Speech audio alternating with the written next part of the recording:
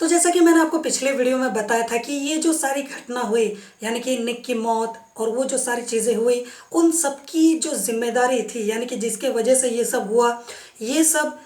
अगर किसी के वजह से हुआ था तो ये सिर्फ डब्लू के वजह से ही हुआ था, उसकी बेवकूफ़ी की वजह से हुआ था, उसके पागलपन की वजह से। और वो जो थीसिस लिख रही थी, जहाँ पर उसको वुमेन एम्पावरमेंट के बारे में लिखना था, लेकिन उन सारी किताबों को पढ़कर वो सारी चीज़ें जो उस पर हावी हो गई, उस वजह से उसने ना ध्यान दिया बच्चे पर। और जब वो बच्चा गिर रहा था, जब वो उसको बचा सकती थी, उसने उसको नहीं बचाया, क्योंकि उसकी मेंटेलिटी ये हो गई थी कि औरतें जो है वो बुरी होती हैं और बुरा ही करना उनका काम होता है। और उसकी इसी की गलती की वजह से वो बच्चा गिर गया और मर गया, जो कि उन्हें बहुत ही ज़्यादा प्यारा था। लेकिन ये जो उनके दिमाग पर ये बातें हावी हो गई थी, यही उनकी बर्बादी का कारण बन गया। अब जबकि ये सब चीज़ें डब्लू ने की थी, तो आखिर उसने, जैसा कि मैंने आपको पिछले वीडियो में बताया था, कि इन सब के बावजूद भी यहाँ पर वो एम के प्राइवेट पार्ट पर हमला क्यों करती है, उसके पैर पर वो रॉड क्यों घुसा देती है, जबकि गलती उसकी थी। तो दरअसल बात ये है कि उसके दिमाग में ये बातें आती है जब एम बार बार उसको छोड़कर चला जा रहा था तब। तो कहीं ना कहीं डब्लू को ऐसा लगता है कि ये सारी जो चीज़ें हैं वो कहीं ना कहीं एम की वजह से ही हुई थी, क्योंकि एम अगर उसको सेक्स के लिए फोर्स नहीं करता और वो दोनों सेक्स नहीं कर रहे होते तो शायद निक की जान बच सकती थी। तो कहीं ना कहीं वो सारा जो ब्लेम है वो एम के ऊपर डाल रही थी। लेकिन बाद में जब वो जो रिपोर्ट है, डॉक्टर की रिपोर्ट, निक के पैर में जो फ्रैक्चर हो गया था, उसकी रिपोर्ट जो एम डब्ल्यू से बार बार छिपा रहा था ताकि उसके मन को झटका ना लगे, और जब वो देख लेती है तो उसको अच्छे से ये बात समझ में आ जाती है कि ये सब जो हुआ वो उसी के वजह से हुआ था। अगर वो अपने बच्चे को गलत तरीके से जूता नहीं नहीं पहनाती तो शायद यहाँ पर वो जो बच्चा है वो ना ही उसका पैर फ्रैक्चर होता। और हमें इससे तो एक बात साफ साफ समझ में आती है कि जो वो बार बार टेबल पर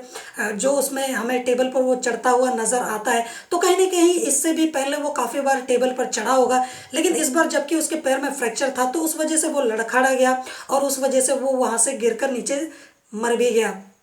तो बाद में जब उसको ये बात समझ में आती है कि ये जो सारी गड़बड़ियाँ हुई या फिर अपने बच्चे की मौत, ये एम की वजह से नहीं बल्कि खुद डब्लू की वजह से ही हुई थी, जिसके बाद उसको सारी चीज़ें समझ में आ जाती हैं कि इन सब का जो मेन रीज़न है वो कहीं ना कहीं डब्लू ही है। जिसके बाद उसको बहुत ही ज़्यादा पछतावा होता है, वो गिल्ट में आ जाती है और इसी की वजह से वो खुद अपने प्राइवेट पार्ट को एक कैंची के जरिए काट लेती है, जो कि हमें इस फिल्म में भी देखने को मिलता है। इसी वजह से मैंने आपको बोला था कि यहाँ पर कुछ ऐसे सीन्स हैं जिसको देखने के लिए हर कोई कंफर्टेबल नहीं हो सकता है। तो यहाँ पर पहले तो वो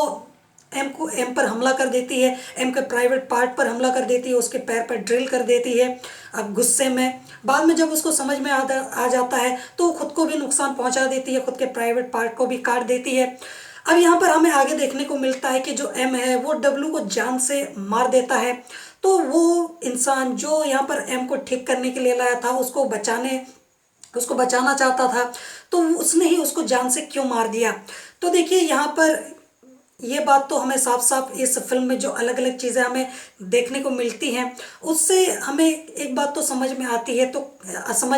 कि कहीं ना कहीं जो डब्लू जिस मेंटल स्टेट में पहुंच गई थी, कहीं ना कहीं जिस तरीके से जब वहाँ पर एम भी पहुंचता है उस जंगल में अकेले उस जगह पे, तो कहीं ना कहीं उसकी भी मेंटल स्टेट उसी की तरह हो रही थी, यानी कि डब्लू की तरह। वो भी धीरे धीरे डब्लू की तरह ही हो रहा था। यही वजह है कि वो भी खुद पागल हो गया था और उसी वजह से उसने यहाँ पर डब्लू को जान से मार दिया। अब यहाँ पर मैं आपको हिडन मीनिंग्स एक्सप्लेन करूँगा कि इस फिल्म में हमें क्या क्या चीज़ें देखने को मिली और उसका मतलब क्या था। तो देखिए यहाँ पर हम लोग शुरुआत करेंगे डब्लू से। तो देखिए यहाँ पर फिल्म के यहाँ पर ग्रिफ के एंड में, यानी कि ग्रिफ वाला जो पार्ट है यानी कि फर्स्ट पार्ट, उसमें हमें देखने को मिलती है दो चीज़ें। और वो ये है कि एक तो हमें देखने को मिलता है कि एक डियर देखने को हमें मिलती है जो जिसका बच्चा आधा पैदा हुआ होता है और वो जो बच्चा है वो मरा हुआ होता है। तो इससे हमें यहाँ पर डब्लू की ओर इशारा करता हुआ दिखाया गया है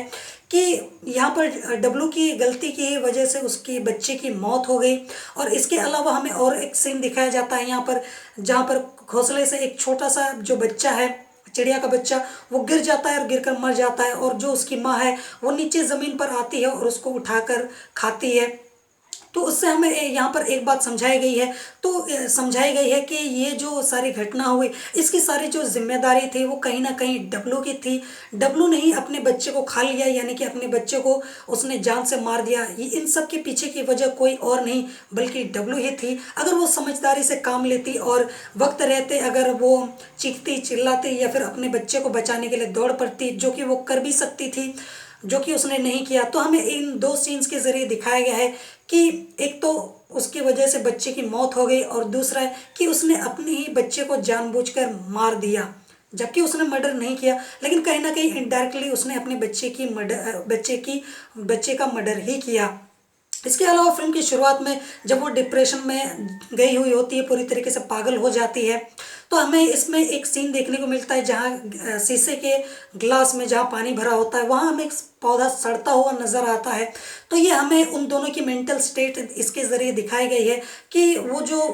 डब्लू है वो धीरे धीरे पागल होती जा रही थी, उसकी जो मेंटल स्टेट है वो अनस्टेबल होती जा रही थी, उसकी हालत बद से बदतर होती चली जा रही थी। और यहाँ पर उस जले पर यहाँ पर एम ने नमक छिड़क दिया, उसको वहाँ उस जंगल में ले जाकर, अगर वो नहीं ले कर जाता तो शायद यहाँ पर सब कुछ सही हो सकता था। पर खुराफाती दिमाग का खुराफाती कारनामा ही होगा, और क्या हो सकता है। और आगे हमें यहाँ पर पेन में देखने को मिलता है